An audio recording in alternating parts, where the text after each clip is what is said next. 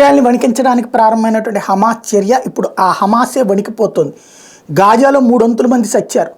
యుద్ధాన్ని విరమింపజేసి కాస్త ఎక్కువ మందిని తెచ్చుకుందాం అనుకుంటోంది. కానీ యుద్ధ విరమణకి ఇజ్రాయెల్ ససేమిరా అంటోంది. ముందు బందీలను విడిచిపెట్టమంటోంది. బందీలను విడిచిపెట్టేస్తే ఇక ఆ పైన ఇజ్రాయెల్ వదలదన్నటువంటి భయం హమాస్. అందుకని ఆ బందీలను అడ్డుపెట్టినే నాటకం ఆడుతోంది. ఆ బందీలను అడ్డుపెట్టినే కథ నడుపుతోంది. మరి ఇజ్రాయెల్ చూస్తూ ఊరుకుంటుందా? హమాస్కి సంబంధించినటువంటి డిప్యూటీ చీఫ్ అరోరాని లేపేసింది. ఇప్పుడు సీఈఓ వణికి చస్తున్నాడు.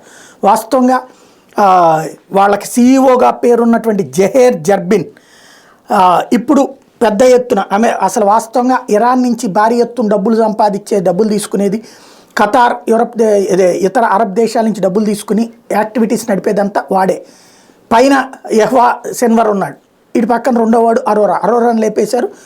పైనటువంటి వాడు దొరకడు, వాడు ఎక్కడెక్కడో దాక్కుని ఉంటాడు. వీడిని పట్టుకుంటే వీడిని వేసేస్తే పని అయిపోతుంది. దాదాపుగా ఫండింగ్ అయిపోతుంది. ముందు అసలు లక్షల కోట్ల రూపాయల డబ్బులన్నీ వీడి చేతుల్లోనే ఉన్నాయి.